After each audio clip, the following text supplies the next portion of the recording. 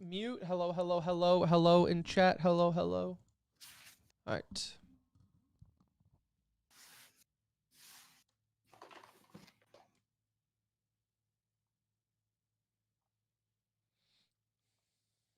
I are ready. Are you? Mm-hmm. All right.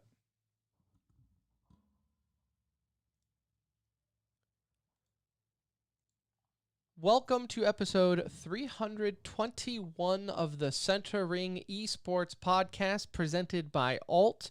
And this is going to be the best episode ever because it is the best day that occasionally happens throughout the year. It is Championship Sunday. And what a Championship Sunday it was. We have ESL Pro League, Call of Duty Stage 2 Major for the CDL. Right now, Cloud9 is about to just dominate the LCS, if I might add. We also had VCT Stage 2. It was packed, let me tell you that. A lot to get to in this Championship Sunday. Also, Yikes of the Week and a little bit of e-news. But before we get to any of that, you need to know about the show sponsor with Alt. AltEsports.com is where you need to go right now. As summer quickly approaches, you need to get brand new attire. You need to look fresh. You need to look good. Alt can do that for you. Right now, you can pick up or at least be notified when available again the R-City's Rose hoodie in white and red, both sporting the ever-fashionable tie-dye look. Never goes out of fashion. You can also pick up yourself a 101 Burglars hoodie. Their newest reset line is also very clean looking. Sentinels, if you're a big Sentinels fan, E-United, they're their official partner there as well. So you can pick up some merch to rep for the summer. Maybe when LANs come back, you can rep a team. You can do all of that. AltEsports.com. My name is Anthony Methadzini. I play for the Toronto Ultra. I go by the name Chef Tony on weekends, and you are watching the Center Ring podcast. Okay, so let's start.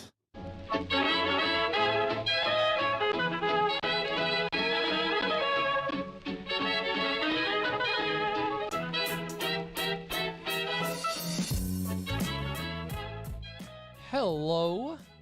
Hello, everybody. Hello and welcome. Welcome back to another edition of the Center Ring Esports podcast, aka TCR, aka your favorite esports podcast presented by Alt, coming to you live and or pre-recorded from an undisclosed location. The date 4/11/21, the time 9:14 p.m. Central Time. Go ahead and follow us on Twitter at the Center Ring.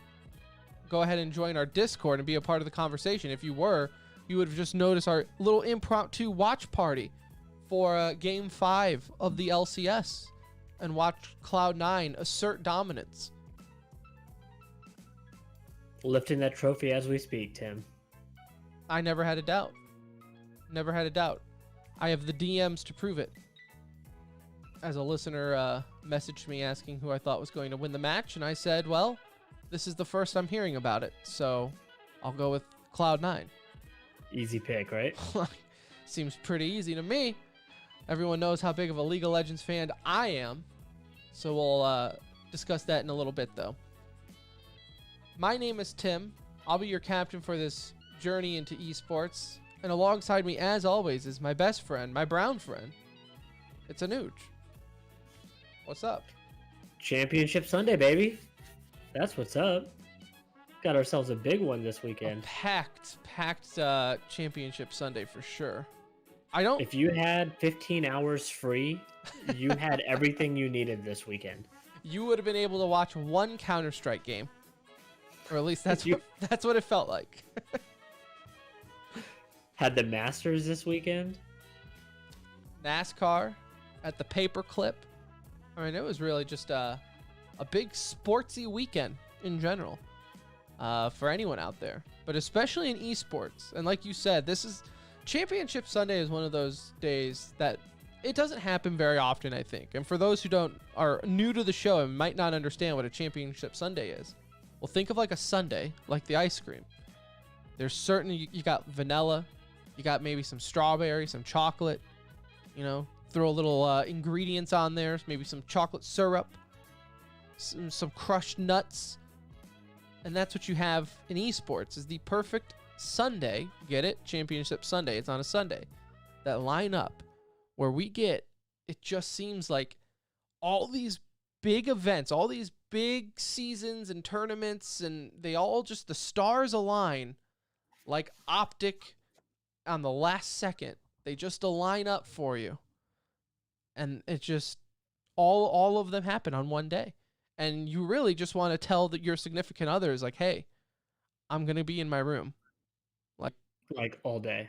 Don't bother me. The pizza guy's going to come. It's for me. Like, don't worry about it. I'll get the door, but just do not bother me, because I have a very busy but not productive day ahead of me. Did you get to do that? For like the first half. That's pretty solid. Maybe the quadruple overtime in Counter-Strike kind of screwed me.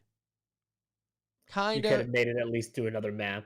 Yeah, I mean, or like even maybe switch over to some VCT on time to watch it live.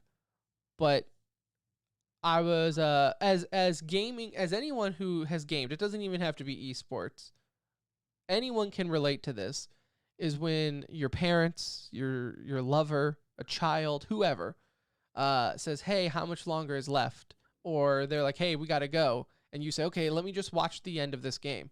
Or let me just play one more round. You know, this one's almost over. Don't worry. We're winning 13-2.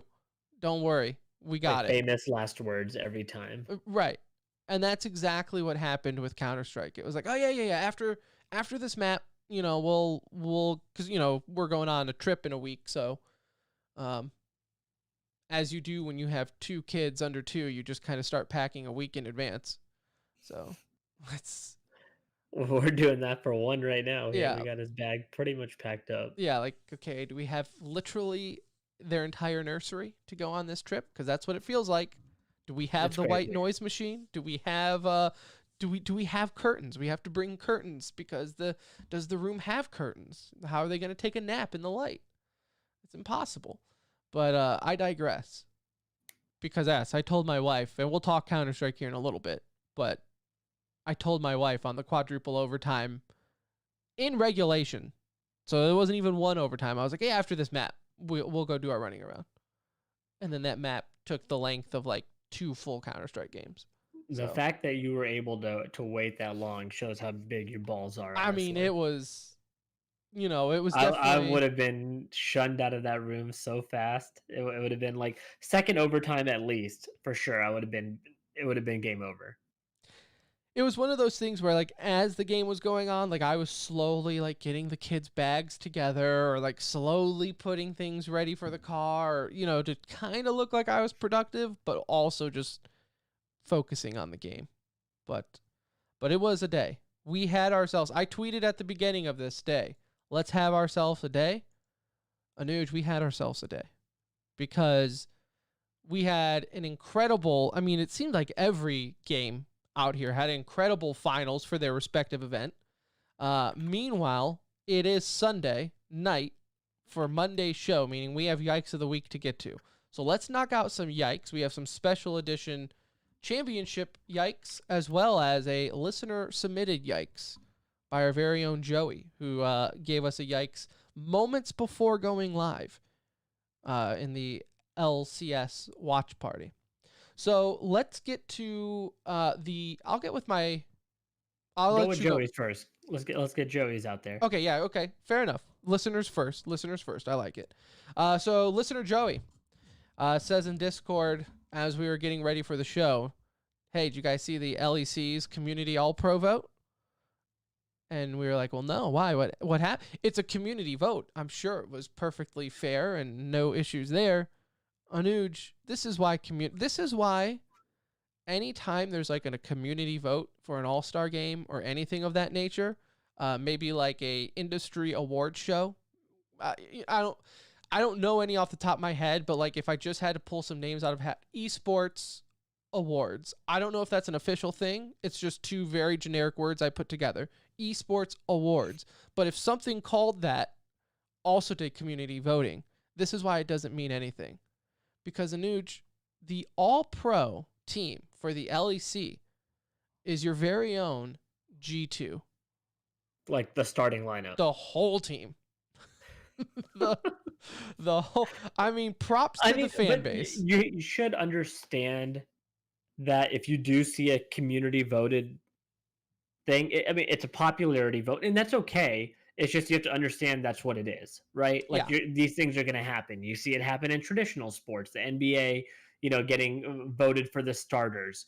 Well, every year there's somebody on that list that's generally injured and hasn't played all season, and he's on the starting five. Yeah. So they go hand in hand. Community votes, they don't mean a ton other than they're fun, they're interactive, it allows the fans to participate, but you generally don't get it the way it should be, especially in a situation like this, like an all pro vote. Come on, it's going to be a favoritism vote.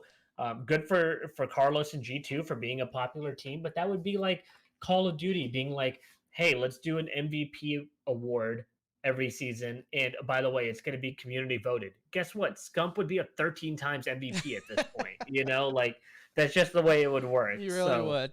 He really, and it would just be optic all-star. It would just be an optic all-star game. Like every time, right? So it goes with the territory. It's a yikes because in the sense, if you're calling it an all pro team, you should treat it like an all pro award, not a community award. If it's a community vote, it should never go in the history books.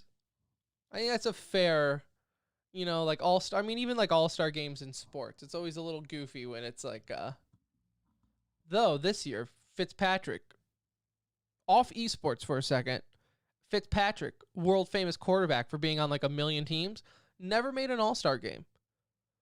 And apparently you have to be an all-star at least once to be voted into the Hall of Fame. So this year, everyone is going to rig it to vote Fitzpatrick into the all-star game so that way he can be eligible for the Hall of Fame. I did not know that rule in football. Neither did I. I mean, generally the two go hand in hand, right? Yeah, I mean, literally has never been an issue before. Fitzpatrick's also not getting into the Hall of Fame, so we're finding this out because of You don't think so? For like seniority, longevity? No way. There's not a chance. Not a chance. That's not the Hall of Fame is not a longevity award. I hate that thought process of, oh, you played for 20 years, so you're in the Hall. Like the Hall of Fame is for the best of the best. Fitzpatrick, good. Great serviceable quarterback, but I would never say he's a Hall of Famer. I don't know. Just like I can't fight for Romo to be a Hall of Famer. The community vote would say otherwise. It would. It will be when he's in the All-Star game this year. Right. The community vote would say otherwise. All right, Anuj. There's Joey's yikes. What is yours? Yeah, mine's coming from the Counter-Strike world, and it's coming from our finals. We'll talk about this a little bit more in depth later on. Actually, probably a lot more in depth later on. But we're changing up yikes. Okay, Tim, this is a championship yikes edition. And generally, yikes are geared towards foul ups from organizations or players saying something dumb. I wanted it to be a little bit different this week. I wanted it to be something where it's related to the game, a yikes in game. And that's where this one comes from. And this is coming from Cadian clutching a 4v1 on tournament point for ESL Pro League against Gambit on Mirage.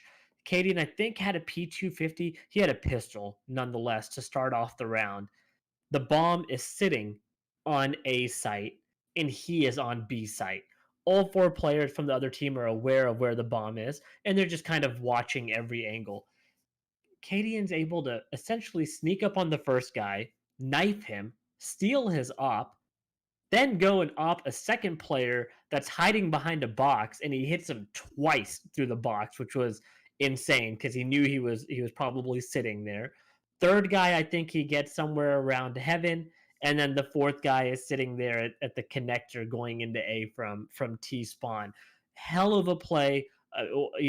What a way to win a tournament. You couldn't be happier for Cadian, but from Gambit's perspective, what a way to lose the tournament. You put in all that work. You played for 46 straight hours, and then that's how you lose the event. And so super disappointing for Gambit, but a hell of a play from Cadian. So a yikes for one, but a legendary play from another. Not to get bogged down, because I know we will talk more CS later, but Cadian had a few of those nutty plays. Yeah. Like, put the team on his back type of plays. So, my yikes, very similar to yours, just being a jaw-dropping play. and it comes from CDL. Now, anyone who was around yesterday on Twitter, I mean, this was one of those moments, and even the after effects, you didn't have to know Call of Duty. Like, anyone from esports was discussing this moment. And of course, I am talking about when Accuracy wins the match versus Optic to eliminate them from the event. Accuracy goes 3v1, round 11 versus Optic to win it. Rocker ends up advancing. A huge upset, unless you're me and you just always assume Optic is going to somehow find a way to lose miserably. But so if I can paint the picture, Nuge, a 3v1 is impressive, but in Call of Duty, dare I say, not as impressive in some shooters. Don't ask me why. It's the way it is with COD. I feel like the time to kill is so quick. But for that reason, it also doesn't happen very often. It doesn't. No, you're right. So let's not rain on a 3v1. It's an amazing. He aced the round, just so like it was a 3v1, but he also aced the round. But this 3v1, the way it happened, I don't think it has ever happened before. I've never seen it happen like this. Accuracy turns the corner, and just like a gift from the gods, all three members remaining from Optic perfectly in line. And there is not I don't care what you say, Anuj. You can't convince me Accuracy knew that. I don't think he knew that they were in a line. That's what I'm saying. He knew Formal's position because he was fighting Formal heads up right there. But he did not know, if I just hold the trigger down, I'm going to get a triple kill. The only two that he knew could potentially be in the same line of sight were Formal and Scump. Because if you look, like, he didn't move at all. Literally just held it down, shoot straight. There was no crazy like triple kill, snap headshot, left, right. No. It was like you were in the training ground shooting the pop-up dummies that just spawn in front of you. Formal was maybe a foot away from him on a screen. So they were basically kissing on screen right there. He shoots through Formal. Envoy is laying down in between Scump and Formal. He's laying down in the middle, and Scump is standing on the far side because he had just finished killing Attach, who was trying to flank. And so, I mean, for that to happen, I cannot imagine the heartbreak on Optic's side. They had that game. They had played so well. That was round 11. You know, this was it. You know, everything was set up perfectly for them. They made a great rotation, and for that to happen the way it did, absolutely heartbreaking. Crazy yikes, but there's also a certain amount of luck involved in a play like that happening. Of course. Accuracy played it well, but the lineup, it really could not have been any straighter down the pipe for him to just hold that trigger down and get all three I will of them. give you credit for the 3v1. I will give you that. But yes, you can't convince me he was like, oh, watch this, guys. Let me whip around this corner and get them all perfectly in line.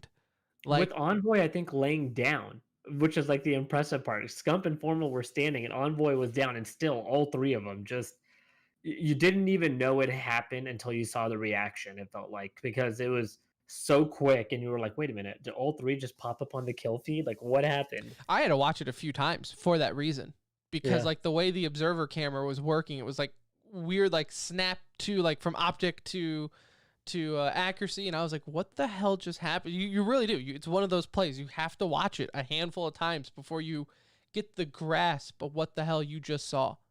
So truly an incredible, I don't want to say lucky, but unexpected play. We'll say unexpected play. Now, let's transition from yikes into the actual CDL major final weekend, because the other drama that sparked from this, Anuj, and this is almost like a continuation of yikes right into it, is following this match, Minnesota Rocker tweets out a picture of, it said something along the lines of, we just witnessed a collapse or a breakdown, right? And then with a picture attached, and in that picture were the face cams of the Optic players, obviously immediately after the loss, looking very distraught, as one does after you just lose, get eliminated from an event in In that that type fashion. of in Yeah. that type of way.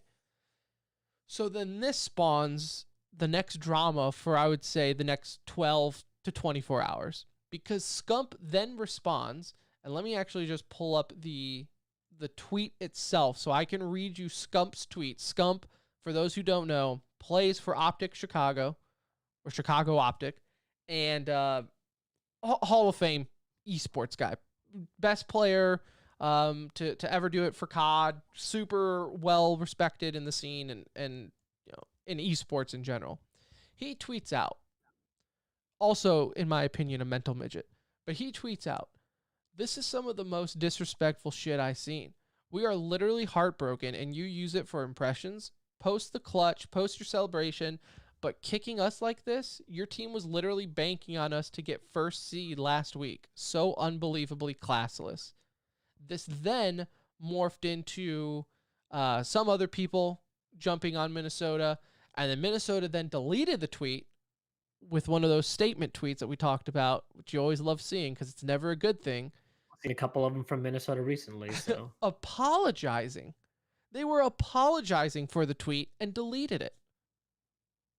Now, yeah, I mean, Attach jumped on too, right, and kind of commented saying, "Yeah, the tweet should be deleted." Minnesota And players were saying, "Hey, not cool, delete," and everything like that. So in Scump's defense, but Anuj, I'm curious because I know where I stand on this.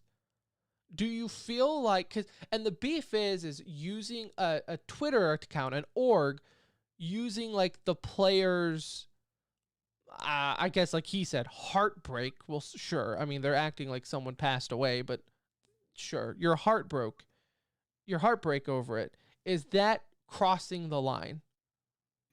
it's super weak to me. It really is. Like, I mean, I guess I come from a side of esports where like you see, I mean, shit, it's Call of Duty. They talk trash more than anybody. And I get they're saying, "Oh, well, the org is doing this and using the players' heartbreak." Well, win. Just win. And this is not an issue, Like, I don't understand. I see G2, Fnatic, Cloud9, all these orgs constantly bantering right from the org account. It's not Right. like they're just the players. Like a lot of times in some of these other esports, the players are the quiet ones and the orgs are the ones that banter back and forth. I have no problem with it at all. Like they're getting impressions. It's a big moment. It was a huge play. And your It's one of those Optic. plays that's going to be in YouTube Reels. It probably has an NFT on it right now, honestly, being sold for millions of dollars. But it's one of those plays where, look, it drew a lot of reaction from everybody. Nobody was complaining about the tweet until Scump tweeted about it. And then all the Optic fanboys, started saying, "Oh, yeah, that is disrespectful, this and that." But nobody had said shit before that, right? Like, so I didn't see it being a big deal. I think it's just weak. He was upset that they lost. I get that. Like, that's fine. But win. I mean, And that's 100. Look, Scump is also the guy who is famous for standing up and yelling at the team that he just beat with the choke motion, like they choked their match. So he's also that guy who is well known for standing up and talking shit to the other team after they lost. Now but they're gonna say that's player versus player. Player versus player. You're absolutely right, and that's what everyone says on Reddit and Twitter and all. Like you said, it's all Optic fanboys saying it, right? So I take all of it with the smallest grain of salt I possibly could, because it's exactly what that is. Because if this was Optic tweeting something like this and then Minnesota saying, "Hey, this is disrespectful," the Green Wall Army would tell everyone, like you said, "Well, win and get over it," right? Optic would have never deleted the tweet. No. Ever. If they had done this, if the roles were reversed, you're right. Like, Optic first has of all, videos with Scump in it making fun of other teams on YouTube, like power ranking the players and the teams and stuff like that. And I'm not saying like that's so disrespectful. It's called fun. It's called trash talk. It's called competition. It's part of it. It's part of it's called sports. generating excitement or interest in your league. Like I this was expect this. I expect this in Overwatch. yeah, for sure. This was a very Overwatch move by Yes. Scump. Like, it really was.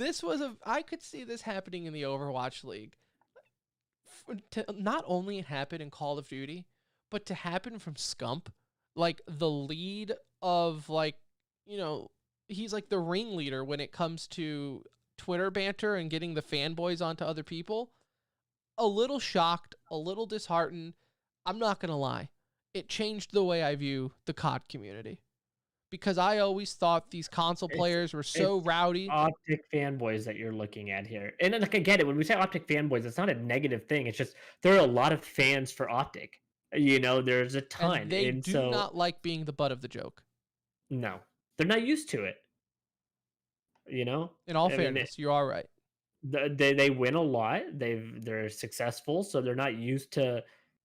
These things are the things that happened for Optic back in the day, right? Like for them to find a way to advance and just being able to intimidate the other team sometimes into a win. It felt like, but yeah, I mean, as of late, they've struggled, and they're still doing well. I don't understand. Again, it's not like this is a stage playoff. Essentially is what it is. I know it's a major, but there's still one big event at the end of the year that everybody's eyes are on. So, Yeah, no one's like, going to care what major you won or lost at the end of the season. If you win it's all Worlds champs. or champs, whatever they're calling it now, right? If you win champs, that's it. That's all people will care about at the end of the season. Now, this does support my thought, though. Do you want to turn your old man headphones down a little bit? I'm coming through your mic as you have me blasting in your headset, Anuj. I like your voice. It's because I just have such a verbose voice. But this also supports my train of thought here with Optic, is that they are mental midgets in and out of the game. Like when things don't go their way, they get so flustered. In the game, you see it happen, the collapse. On Twitter, you see it even after the game. They just can't walk away. They can't take being, oh, they're making fun of us now. Well, yes, because when you're Optic, when you spend so long being the best and now you're not the best, you are going to get shots fired at you. That's just the way it works. In esports and in life. It's just how it works. And for them to come out here and do that, it confirms everything I needed to know. It confirms that Optic is still good, still a threat, but they have softened up in their age. Yeah, it didn't help that Minnesota then went out and got their ass whooped by Toronto in the next game. A little unfortunate because that was an advancement game for Optic in Minnesota. Minnesota, gets a chance to walk into the loser bracket finals and loses right after that game. So, Though it does look good because, we mentioned last episode or whenever it was, 2 episodes ago, when we were talking about what we wanted to see in the finals. And we were like, look, we know Atlanta's going to be there. We just know it. But just give me something else. Give me a little bit of spice on my championship Sunday just to, keep me guessing on what's next. And boy, did we get it. Because you're right. It wasn't Minnesota that advanced. It wasn't, 100 Thieves. It wasn't Dallas. It was Toronto Ultra. Of all teams to make the loser bracket run, starting with loser round 4, after they lost to Atlanta earlier in the event. They lost to them once before, 3-1. Fought all the way back, defeating LA Thieves 3-0. As you just mentioned, Minnesota Rocker 3-1. Dallas Empire 3-1. And a clean, those are all clean wins too. And then they go on to defeat Atlanta FaZe in the grand finals 5-3. yeah, you got to give huge props to Toronto, especially after all the shit talk that even we did towards them after dropping or benching methods. I didn't see any way in hell this was going to happen, right? Like I thought Bance's name is the one that got thrown around so much as somebody that people wanted to get benched, and he had the performance of a lifetime. They weren't winning this game without Bance. They weren't winning this game without Kleenex. Like these guys were incredible. They played really, really well. I mean, I think Bance even had a 10-0 search and destroy against Atlanta. And, I think it was on Express, and it was a very important game. And then that last hard point that they had, they were strong. Toronto was fun to watch, and this lineup, I'm not going to say this is going to be like the next best team or anything like that, but if they play the way they play today, yeah, there's no doubt about it that they are a very competitive team. They knocked out the three teams that we consider the favorites right now in the league, all in a row. Minnesota, Dallas, and Atlanta, all back to back to back. That does not happen, and especially in Call of Duty, like the favorites win. Yeah. Like good teams win, and especially in a best of nine. Atlanta had several opportunities to do that, and it was tied 3-3, and Toronto closed it out. I mean, like it's not like Toronto ran away early and built up this momentum. No, this was like a really close game, headed into the seventh game, and Toronto walked away with it. They made that last hard point look really easy. I think they won it by 60, 70 points. Um, they 6-0'd, or what was it?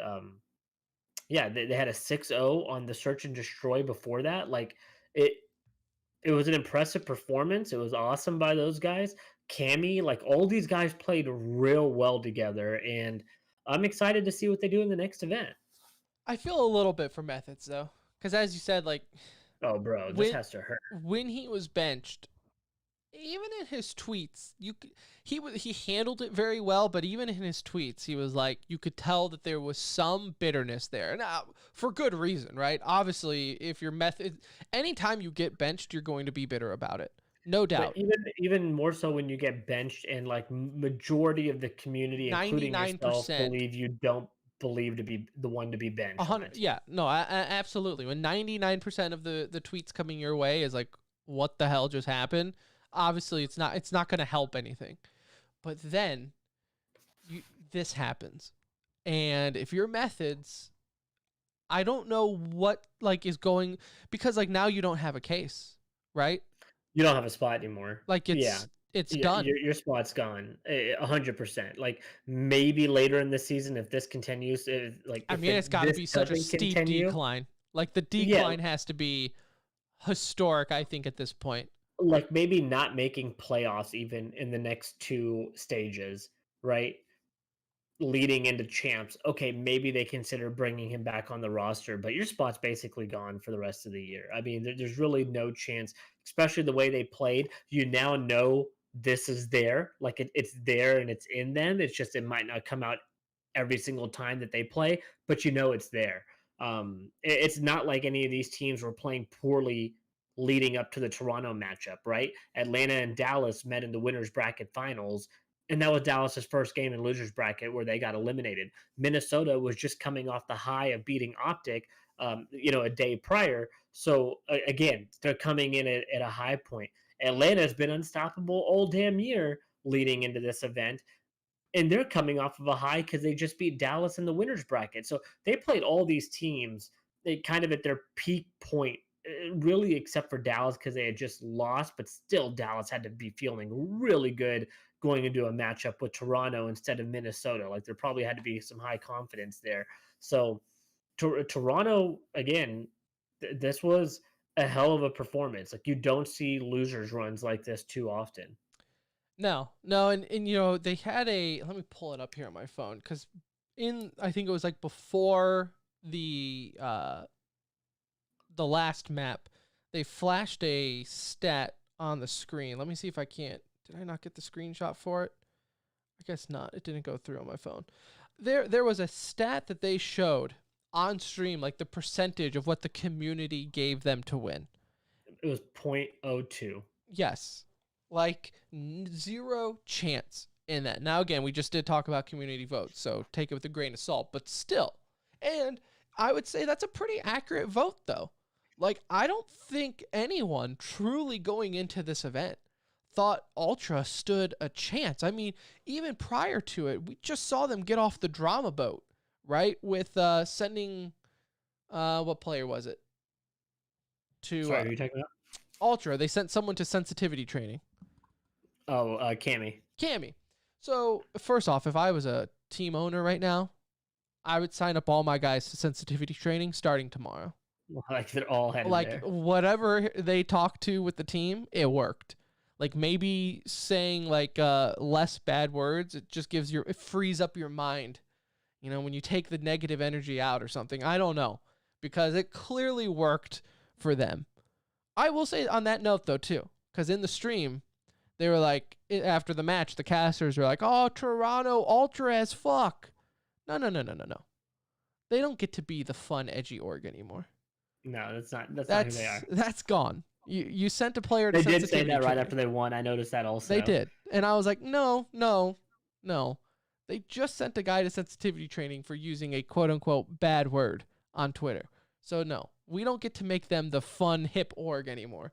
But much like last year, they did have that single spark of greatness. So I wonder, this is still early on. Last year, it was their homestand, and I think it was like the second to last event. So it might have been even the last event leading into the champs.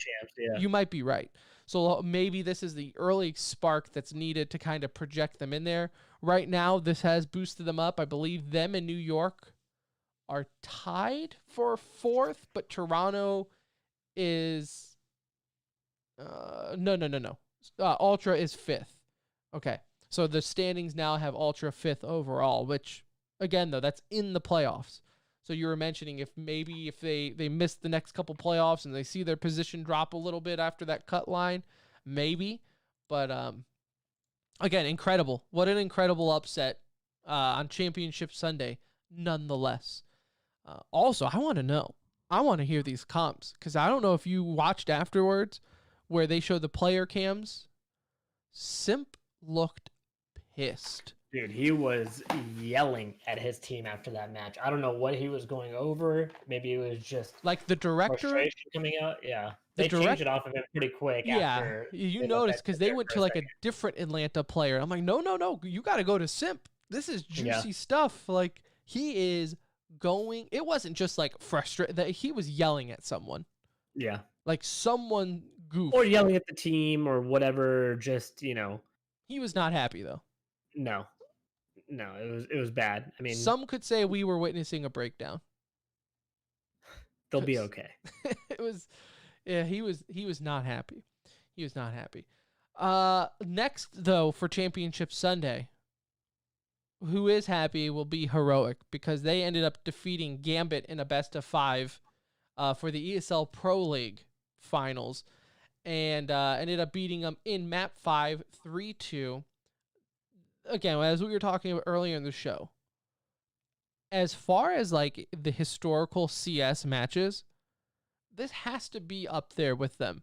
You don't have the flashy orgs, you don't have the historical names involved, so I don't know, that might hurt them on the Hall of Fame ballot when it comes to putting this game up there with the greats. But honestly, I am rethinking my negativity towards these orgs, because I was not a believer with Heroic and Gambit and these kind of CIS, not even like less popular EU teams, but I think I'm coming around on them. Yeah, I mean, well, like the CIS region, I think has made me a believer for sure, between VP, Gambit, obviously Navi being in that mix, but those guys I feel like are the real deal and have shown that over time. Heroic was one of those teams where I was like, I don't know if they're really as good as we've seen over the past year, during COVID. Like they had some ups, then they made changes when I thought, hey, this is probably as good as y'all have been in a long time, and now you're making changes. Well, and like their ups were so soon after COVID happened. It was like so soon when online play really kind of solidified. So it's like when you had multiple like friend standing behind you watching the stream telling you every bit of information, right? Like, right. We thought like, okay, this is where they're going to fall off a little bit, and now they've made changes and brought in some players who, let's be real, are coming from like pretty rough CS:GO backgrounds, right?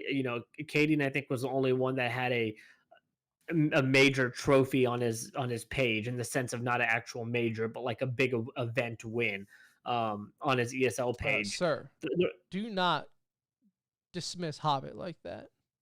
No, I'm talking about on Heroic. Oh, on Heroic. Okay. Yeah. I stand corrected. Hobbit's got the major. Hobbit's doing okay over there. Yeah, I'm talking about Heroic. Like Heroic making those changes and then bouncing back and doing what they've done. you can't help but continue to root for Cadian, right? From where he was to where he is now, potentially looking at leaving the game there even for a while to go into the talent, caster type situation. Couldn't find an org, the weird situation with FPX, the sleeveless talk that he put on, shirtless talk that I was he about put to on say walking down the street. Like, epic shirtless. he just wasn't in like a good space. Yeah. Like, it had been tough. And now they've done what they've done coming through Pro League for ESL. I mean, these are like the best teams, man. It doesn't get better than this. It's not like they had like an easy route. Look at the teams that are in this field, Furia, Astralis, VP, G2, Navi, Liquid, you know, OG, Vitality, FaZe. There are so many good teams in this field. It felt like a major in the sense of like as close as we've gotten to having this many good teams kind of competing in one tournament, with NA and EU combined again. That's been happening over the past few months in CS. But unbelievable win for them. Going the distance in a BO5, first of all, takes like a mental capacity that I don't have. Like, I can't even watch a BO5, let alone imagine playing in a BO5 that's going that long and staying that focused and playing that well. We talked about Cadian's clutch earlier in the championship, yikes, but that happened in the last play of like a 9-hour match. Like, he was that laser focused to be able to make that type of a play. And he was the only player on his team to have a positive KD, and over a 1.0 rating on Heroic in that whole BO5. Really? And yeah, the only player, like, incredible. I mean, I think that's a crazy stat for You're right. a winning team. That looks like a losing team. It looks like Simple in Navi after they just lost to Astralis in the best of 5, fired. right? Shots And fired. so, a crazy performance by him. So incredibly happy for him, honestly. Like, it's just he has a play now that's gonna go into a lifetime highlight reel. He has a trophy and was able to help 4 up and comers break through into the scene, right? Like, Refresh and Tessus, I think, had weird stand-ins with Optic that didn't really do much. Refresh, I think, might have even played for Cloud9 for a brief period of time. I think that's how you pronounce his name. Something like that. Nobody knows, where he's coming from. It was just fun to see them lift another trophy with this new lineup. But I think in the fashions they did it, like, it is making me a believer of this Heroic team. I don't think they're going to be able to accomplish feats like this all the time, but I do believe they're a very good team, and they're going to be a tough out for anybody that they face. And you just got to give it to Cadian. Like, he's truly got to be one of the best IGLs in the game and underappreciated at the same time. I think one thing that I witnessed with both of these teams, and which is why I kind of have to give them a little bit more credit than what I've been giving, is both Heroic and Gambit are playing very methodical with their setups. And, normally I'm like the guy who hates the slow play just because I feel like it allows teams to get too comfortable. But in this scenario, when there's a purpose to the slowness, right? It's not that you were trying to trick the other team. It's their flashes, their smokes, very Astralis-like with their utility, right? Very like precision with the execution and making it count. And that's on both sides. I've seen it with Gambit and Heroic, especially in this best of 5 as of late. So I have noticed those teams. And you know what? As an NA fan, as an NACS fan, kind of makes me a little bitter because I'm looking at these European teams kind of rise up, the CIS teams, which, I remember talking 6 months ago, that was kind of our only like thing to latch on for as NA is like, well, look at the CIS. All they have is Navi, right? They're not very good either, but now that's not the case. So I mean, now they're like 3-4 teams deep in top 5, right? I mean, like, right. Literally in the top 5, it's half CIS. And I want to know, okay, where, and I'm going to call them out as Decay. Where is Decay on these? Because back when he was trying to start stuff with Envy, he kind of kick-started this idea of thinking of just spend money to show that you care more. Well, Heroic and Gambit, it's not like they broke the piggy bank to get these rosters. A lot of these are young, developed guys that they're, selecting. And it's not like, sure, yes, there are, I'm sure the compensation as well, but you don't look at these rosters, like you said, Anuj, you don't look at these rosters and go, damn, you just created a super team here. This is Or phase you, 2.0. yeah, you spent like you're the Yankees, like you don't see that with Gambit, you don't see that with Heroic. Furia signed long-term deals years ago. Chances are they didn't break the bank for it.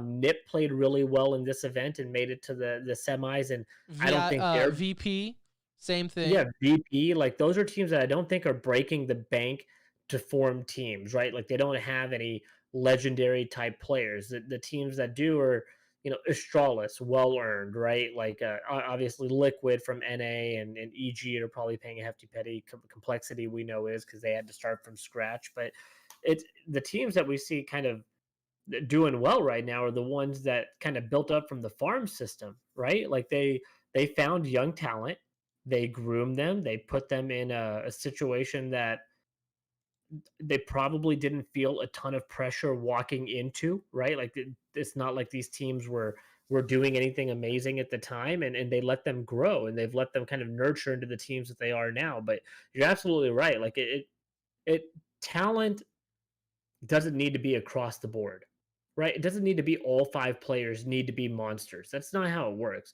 You need to have one really good player, right? Somebody that can step up when needed, somebody that you can almost consistently rely on that, hey, this guy is going to frag well for us. And then you need 4 very capable players and 4 people that understand their roles, that are not looking for, I just need the spotlight on me, or I'm not happy with, you're not, you're asking me to buy you a gun type situation. Like these teams are just playing to win, right? Kind of the way we play battle royales for the most part, Tim, is it's not about the frags necessarily. I'm just looking for the champion sign across at the end of the game. And I feel like that's how these teams are built, is they're built for just growing, finding a way to win, learning how to win, and then seeing where it goes, right? Not the quick roster flip or swap out this guy because he underperformed in these last 2 events. Like they let them play, and I love that. Which, by the way, update. We downloaded Apex Legends like 2 days ago after like not playing for 2 years. Already got our first dub. Not a big deal. Not a big deal. Haven't lost a step really. Already looking to go pro. It's funny because in that game we're playing, and I look up in the top right. I'm like, oh, there's only 4 squads left. Those games go quick. Haven't seen anyone yet. Those games go quick. So if you do play Apex Legends, hit us up. So it's actually not having a terrible time. It's actually been, for sure. Especially after playing Warzone for so long. This is more of my BR. It's for sure, 100%. It's more our style of BR. Yeah. But back to ESL Pro League finals here. Yes. Yeah, no, the teams have been looking good. Heroic, I think, is for real. I think Gambit, honestly, I think all the teams here are the real deal. Even take the beatdown that Furia gave Astralis, right? Like, that was pretty, like, I know a lot of people were surprised by that. Me, personally, not so much. I mean, maybe in the fashion that it was, 16-2 on Train and everything like that, especially against Astralis. But people got to realize, look at the stats. Train was Furia's, like, go-to baby for a long time. So I don't think that's as shocking as people were trying to make it out to be. Shocking at the scoreline in the sense of like just how badly they beat them. Yeah. Right. It wasn't like it was close in any way, especially on that second map. Even the first one, I think it was like a 16-9, 16-10 or something like that. Like they really manhandled Astralis in that matchup. Do you believe in Nip? That's a good question because they have been performing well. Yeah. Especially given like how I think they were so dismissed when they like kind of reworked the roster. I know at least on this show, we gave them very little thought at that moment. Yeah.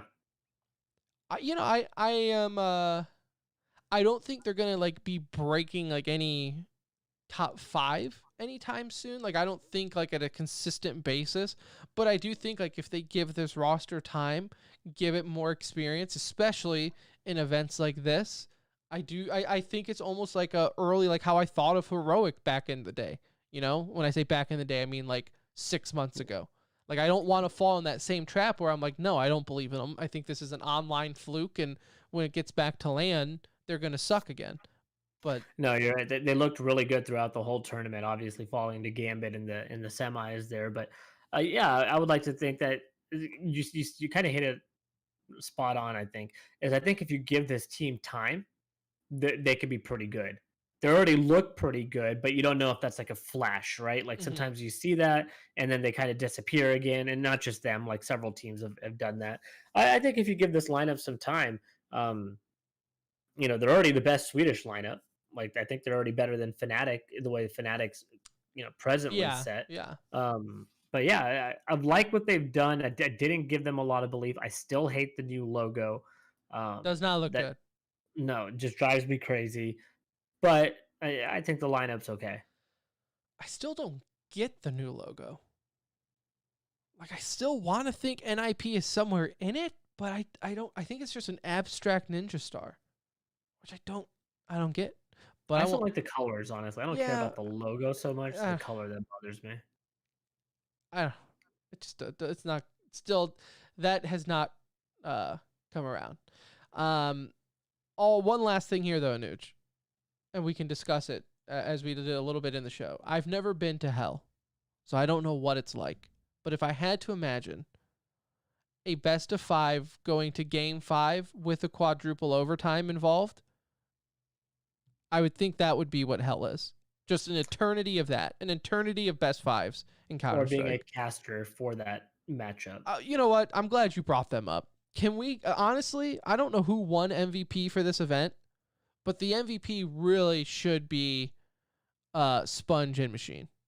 And the Observer. And the Observers, the production team.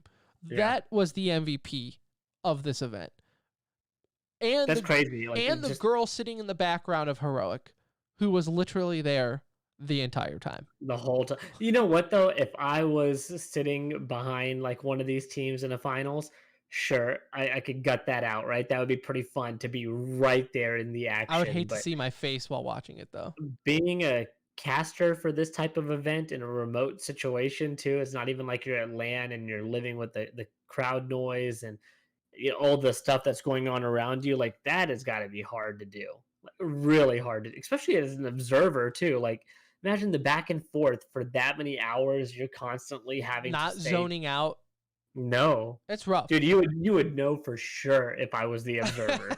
Like you would miss rounds because my ass would fall asleep. Like I can get knocked out pretty damn quick, as you've seen at ESL or esports stadium. Yeah, esports stadium. I can do it in the middle of an audience. I don't care.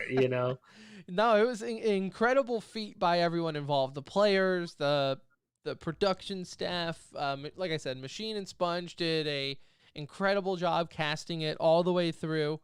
I mean, hell, like if we say it was a best of 5 that went 5, that quadruple overtime had 54 rounds in it. Yeah, it was a lot, like 28, 26, 29, like 27. They almost played 2 games worth of Counter-Strike in one. So, I mean, it was almost like 6 maps is what it was. Has there been a better casting duo to you than Sponge and Machine? Oh, I mean, early Anders and Semler were pretty damn good. But that being said, their Sponge and Machine are really good. I really enjoy them. The only reason I would give it to Sponge and Machine over Anders and Semler had the hype factor better, and they knew how to like get you amped up in really big moments. But Sponge is like technical breakdown within plays is like how fast he's reading what's happening is really something else. Like it's almost like he's tell still he's a former pro. You can really tell. They are an incredible duo. Like I can't believe Henry G is probably not getting that seat back anytime soon. No, definitely not. I unless he comes. There's rumors that Sadakis might want to come back too. So which that was a really good duo too. See, I did not like it, but That's just me. You didn't like Sadakist. I just thought he was a boring caster.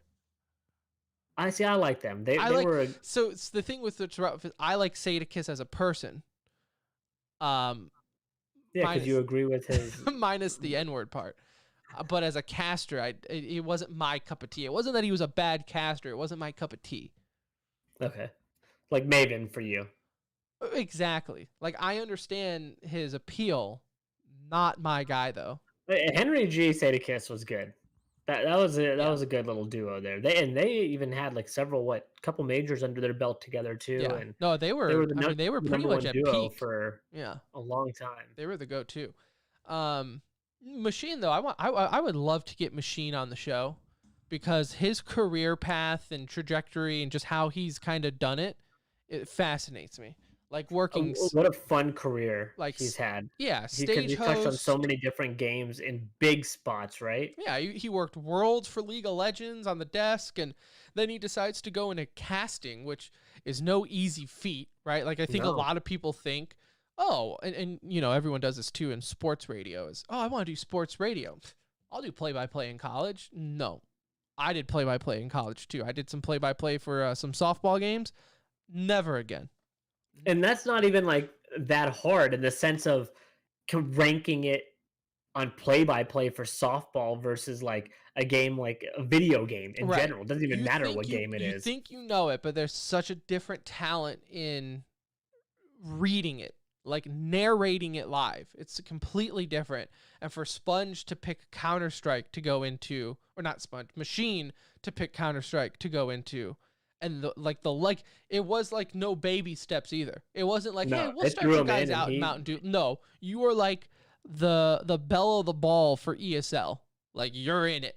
It's incredible, and I like you said, I'm very happy though because they are perfect together. They are so good, like so good.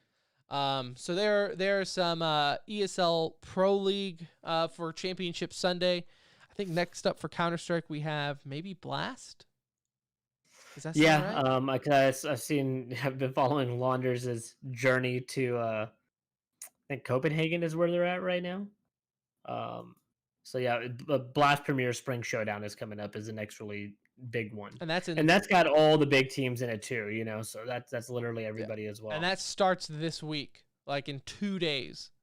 So maybe we can touch on that on Wednesday with how it's shaping up to be. But yeah, no, that's got a lot of big teams that have led up to it. So yeah, that starts up here in a couple days. But that's not Championship Sunday, so we are not previewing shit on Championship Sunday on Nuge. This is all about the champions. All right, so Counter-Strike done. Valorant VCT Stage 2 Finals. 100 Thieves defeat XSET in the finals 3-1. You know, a big takeaway here is, for me, 100 Thieves, we've talked about them a handful of times on this show, and it seems like they were kind of almost like a yo-yo, right? Like they look really good and then kind of fall out of shape. It was nice to see them kind of return back to form. Yeah, I mean, every map in this finals was a close one, right, for them, and they were able to pull through, and it was nice to see them really kind of find their groove throughout this whole playoff run, right? They looked really good against Andbox. They dominated Cloud9. We had that Envy 100 Thieves matchup. Unfortunately, it was just the semifinals matchup or the upper finals matchup before Envy got knocked out by XSET in the lower brackets there. But 100 Thieves is, like as we mentioned, like it's a team that we expect to be really good. And I don't really see that changing. Like they might not win every event. They might not be the best team consistently, but they're always going to be right there. They're too skilled individually. They have players with oodles amount of experience at performing at high levels, so they're not going to fade under pressure. And they're a confident group, right? Like that matters so much when teams play with just a large amount of confidence. And I feel like I get that from 100 Thieves. Like they always believe they're going to win. Hiko, full of confidence, right? Some would even say arrogance, and that's not a bad thing to have in esports. Same thing with Steel. Nitro is legendary. I say legendary, an amazing Counter-Strike player, and legendary NA. Counter-Strike player. legendary NA, and also was on a team that was one of the best for a long time, if not the best for a period there when they went through their Grand Slam. Ethan also played at a super high level, very confident player, especially I think anyone coming from CS to Valorant at least starts off with a lot of confidence, right? Like, oh, I'm coming and playing against kids that I stomped on in Counter Strike to get to where I was. I just got to do that again. So I think they are playing with a lot of confidence. I don't see that really fading. Again, XSET was a team that looked really good going into that finals and played really well. Like BCJ, or is it BJC? Drawing a blank. Might be mixing on my BCJ. BCJ. Dude's awesome. Like very, very good on that team. That roster has been doing well, like really well. Like I know this is not the first time that they've made it, deep into a tournament. And so, like I said, we're starting to see some of these other teams that maybe not everybody knows about make their way up to the top. But I think 100 Thieves is going to stay a staple. Well, and yes, 100 Thieves beat XSET in the finals, and they are the champions. However, this is just more or less a qualifier, right? So the top 4 teams all qualified for I believe it's the Challenger Finals is what they're calling it for VCT. So you have 100 Thieves, XSET, Team Envy, and Version 1 all qualify. Version 1, you mentioned, these teams people don't know about. Version 1 is an org, and XSET, both new orgs, essentially spawned through Valorant, right? Like Valorant launching, XSET being part of the Minnesota Rocker ownership. This is kind of their... Version 1 being part of that. Oh, yeah. What'd I say? XSET? Yeah. XSET is X... like some phase. X phase and whatnot. Yeah. They have a mix of X phase leadership and other people involved. But Version 1 is Minnesota Rockers' offspring into normal esports, not just Call of Duty. So, I mean, good for them to kind of have instant results, more or less. Yeah.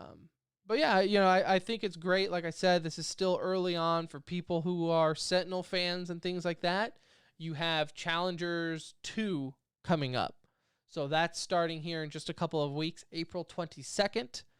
Friendly reminder, we have permission to do watch parties on those. So that being said, when our schedules match up better with some of these matches, we will definitely do it. This was a very busy weekend, I think, for both of us. So we just haven't had the time or energy to stream them.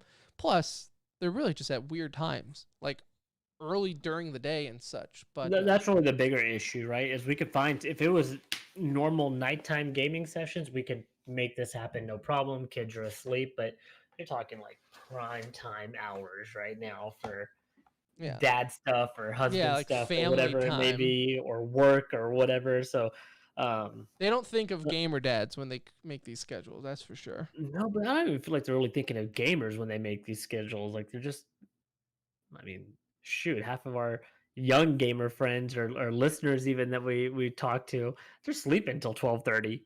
Day's not starting till 1:30 anyway. Yeah. All right, so there you have it with some VCT Championship Sunday. Up next, just a few additional honorable mentions. I don't know how much we can honestly say about it, but with Rocket League, honorable mentions is a good way to put it. these are the toppings. CDL, CS:GO, and Valorant. Those were the ice cream scoops of your Sunday. Okay, that's what you're there for. Rocket League and League of Legends. These are the cherry on top, the nuts. Things like that. Rocket League gets Space Station Gaming defeat Envy 4-3 in the finals, and G2 and RG fall in the semis. Envy has to be extremely happy with their Rocket League investment. Envy has to be extremely happy with their weekend in general. Maybe not winning these events, but CDL, top 3 finish. VCT, top 3 finish. Rocket League, top 2, and then Rocket League, they've been good for so long now. Like now they did buy like a former world champion and everything like that. It wasn't like but still like a great investment, right? Like it doesn't matter. You picked up a good team and you were willing to fund them when anybody else could have done it too. And so, they're kind of rolling as an org in these areas. I know they get highlighted a lot for the Counter-Strike nonsense and all that's taken place, but But a bunch of winners are close to, at least in their case, for this weekend. And just side note, Overwatch League, they're actually looking pretty good too. Though, ain't that the famous last words for the Dallas Fuel? I feel like every year they're supposed to be a favorite, and Of course, they would start doing well when none of us have watched a game in a year. So, but yeah, no. So there's your Rocket League, and then with League of Legends, as we were doing the watch party just prior to starting the show, Cloud9 defeated Liquid in Game 5 in a Game 5 at least dominant fashion. I had a listener Like dominant. DM me saying who do I think was going to win, and I was like, well, I have no idea about anything with League of Legends, but if I had to guess, Cloud9 will destroy it. And No, Perks looked like the Perks of old. He just crushed out. I mean, they were so far ahead in the money game early on and really steamrolled that Game 5. But Liquid, as Joey kind of was mentioning to us and giving us some updates there, Liquid made a pretty historic run through losers to get to where they were in that event and put up a good fight. Just wasn't enough. I guess Carlos stole our idea of doing a hot tub stream. Yeah, he watched the LEC finals from a hot tub with all the G2 trophies behind him. Pretty badass, actually. I'm telling you, we will do I will at least do a tub stream one of these days. Can we use company money on like a outdoor tub? Like Yeah, a inflatable one. I think they sell them for a couple $100. I think it's like 300. I saw it like Walmart or something like that. Throw it in the backyard. Yep. Get a laptop out there. And on the LEC side of things, Mad Lions defeat Rogue in the finals as well for Over the Pond. There's that. And happened. From what I understand, I won't pretend like I know if this is a big deal, but from what I understand from listeners in Discord, that is a big deal. Apparently, that's a pretty big deal for Mad Lions to defeat Rogue. But that's all I got. I mean, I'm just trusting you, the listener, on that one. So, one of these days, I will make an effort to play League of Legends. Today is not that day, but one of these days, I will.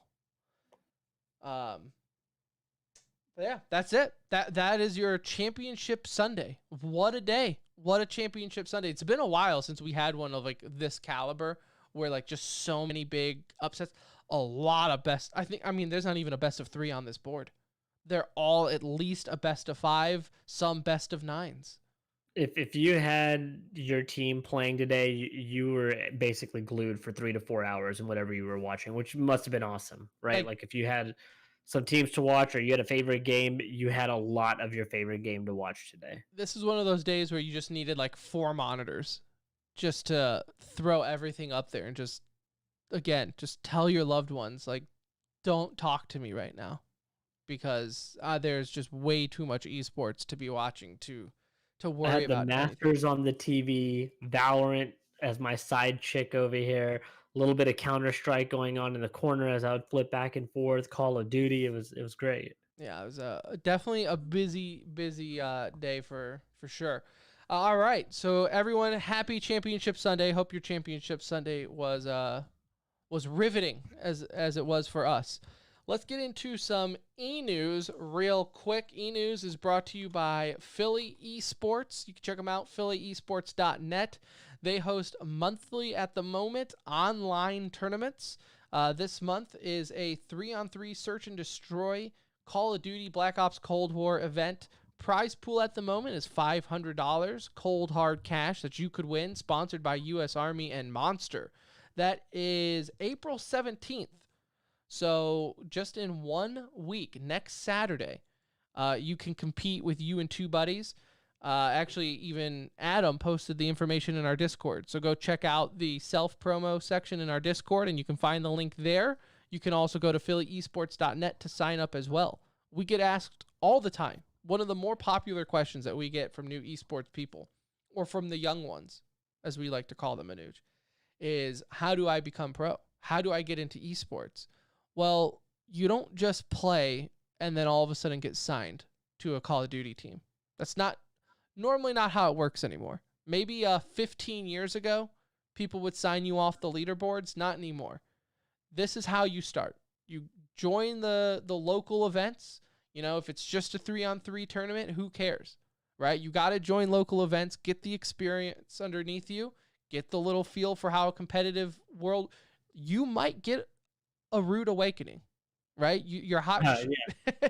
it's gonna happen. You think you're hot stuff with your friends? Well, join these local events. Philly Esports is definitely a good one to start with, and prove to yourself and your loved ones that you should do it. Get an excuse to not mow the yard when your parents tell you to, because you're going to be a pro gamer. That's what I did. And look at me now. Look at me now. All right, so e-news. Little bit to get to here with CS. Navi announces the Road to Rio major roster. Is it still in Rio? Are we still calling it that, or is that just a placeholder? No, it's RMR, I know is the abbreviation, but it's... Yeah, it's not Road to Rio. That's not what the RMR stands for. It stands for something else. Does it?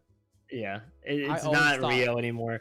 They're RMR events. I forgot what RMR stands for, but Road to Rio is not it. So Bit will be replacing Flamey on Navi's roster, which this is important because for RMR events, the way it Regional works is major ranking. there you go. It's the way it works for these events. For RMR events, your roster's points are based on the 5 that you have on the team. So if they're using Bit, that's kind of a big deal because the points are going to be tied to him being on the 5-man roster. And so maybe this is a long-term switch, but it was a big one to happen because it's not like you'll see Flamey jump in the middle of this event if they need him. Like, it'll be Bit's event to play through. Do you like that? I know that's Valve's kind of manipulation because they don't like the 6-man roster and whatnot. No, I don't. Like, I wish they would kind of understand that this is like a healthier way for, for some teams to operate, and nobody seems to be opposed to it, maybe except for them. So yeah, I think it should be tied to the org with a set roster that you submit. That's what I'm saying. And like, even if they want to say, like, look, you can have 6 guys. Don't do 7. Don't do 8. Don't come in here with a whole nother roster. You could swap out. You can have 6. You can have 1 substitute. Because, I don't know. Let's say randomly a world pandemic happens and someone gets sick. I mean, now you lose those points if he has to sit out one event. Right. Like that really sucks. You know? So I don't like that rule. It allows for zero forgiveness when it comes to the roster and the players, right? All we hear from Valve and all these orgs is they want player safety, players' health. Their mental health is the most important thing. Well, hello, this seems like an easy way to help them. God forbid you go into a 54-round quad OT match and one of you needs a mental break for the next somebody match. has carpal tunnel right in the game, like they need to get swapped out. They just need to take a chill. But either way, that's neither here nor there. So yeah, we'll see where Navi goes there. I will say this now because I will most likely forget, because we did bring up Overwatch a second ago. The league starts on the 16th this weekend, Friday. The kickoff between Houston Outlaws and Dallas Fuel kickoff Friday at 2 p.m. for the match of Texas. The Texas Showdown, I believe, is what they're calling it. So, thoughts? Who's gonna win? We'll go with Dallas. Look, I am going in with optimism. Maybe we'll talk about it next week. I'm going in. That just seems like we're catering. I'm going in with a clean slate because I still like. Overwatch was so good to me for so long. I don't want to completely abandon it. Just give me some structure. Last year was a mess because there was zero structure. Give me some structure so I can at least follow it. I got to be true to my heart. I can't feel the same way.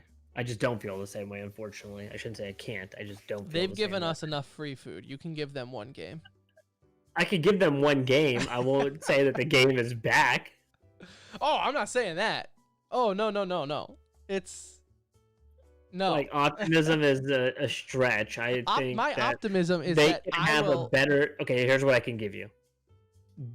They will probably have a better year this year than they did last. Okay, that's good. Let me also explain. My optimism is not that the league is back. My optimism is like I might find it more entertaining than I did last year.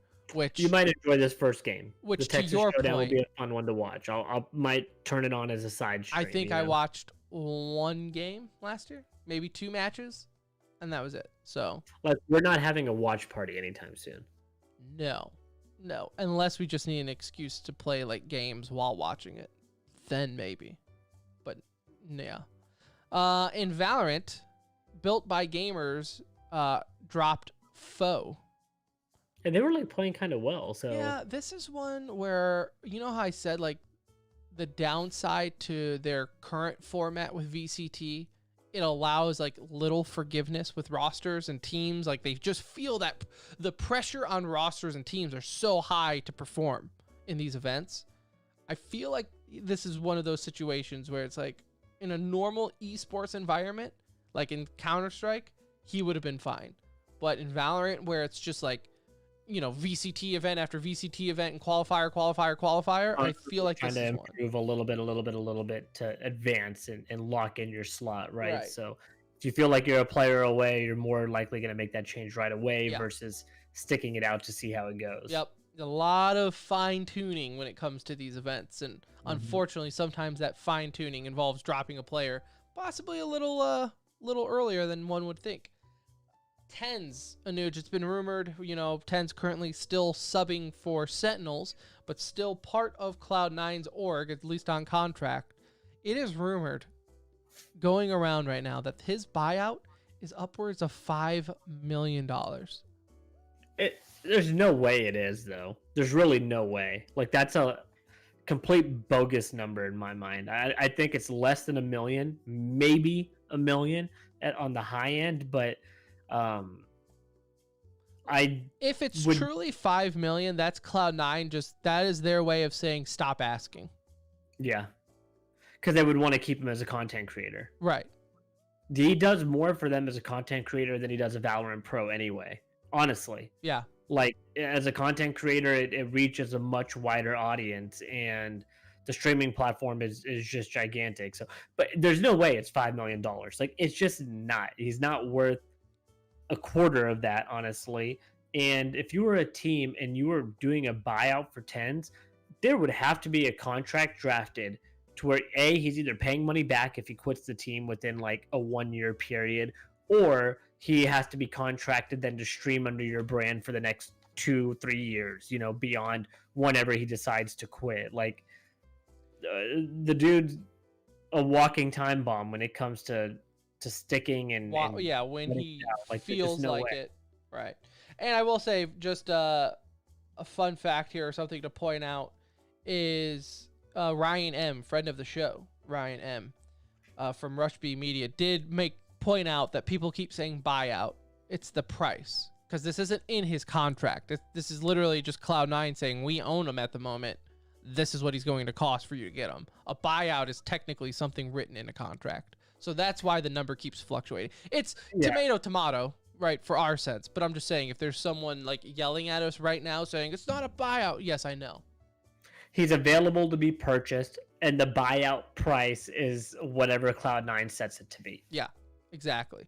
So we will see what happens there. Like I said, if they're saying 5 million just to see what they can get, then he ain't going anywhere.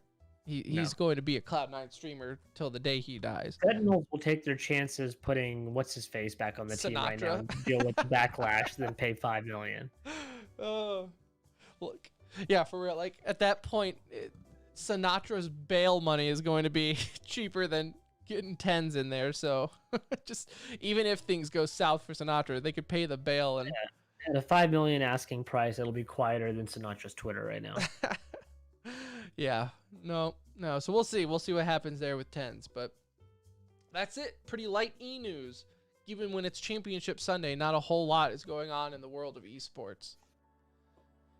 Oh, what a day, though. What a day for Championship Sunday. Beautiful weather outside. Perfect day to stay indoors and watch some good old esports. We will be back Wednesday talking some more esports. Maybe a full-on... It is tradition. We always do a full-on Overwatch League preview. Anuj, why don't you lead the charge this time? I want you to take initiative of the show. I would rather change my flight time to leave a couple days earlier. So this Wednesday will actually, be the last show? Yeah, I might be able to sneak one in before our trip. So it'll be my last show would be this Wednesday. And then returning the following. following Wednesday. Yeah, you're off for a little bit because you're out for a full week. I'm out for 4 days, so. But we'll see. We'll figure that out there, so let you guys know. But until then, follow us on Twitter at The Center Ring. Join our Discord. Be a part of the conversation there as well. Join some impromptu watch parties of any game. Never know what's going to happen. But we will talk to everyone on Wednesday. Join us live on Twitch and or YouTube. I'm Tim Vernuge. We'll see ya.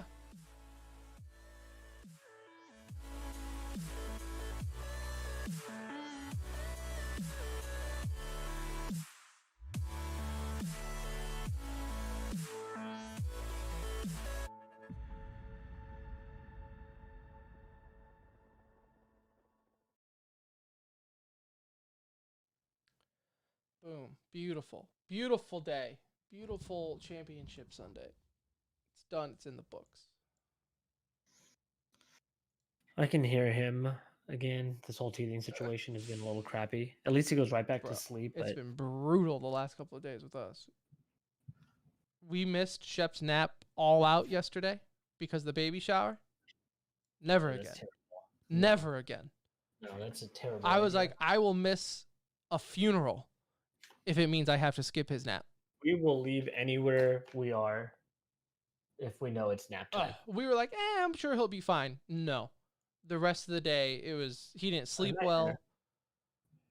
Absolute nightmare. Yeah. Never again. That lesson learned. Never skipping nap again. Are you staying on stream right now, or? I could kill stream. Are you pretty much done? Yeah, I'm gonna go check on him. I don't know if she's sleeping. No, he's right. still crying. All right, everyone in chat, love your face. We're gonna kill the stream so we can get to editing and all that fun stuff. But we'll talk to you in Discord.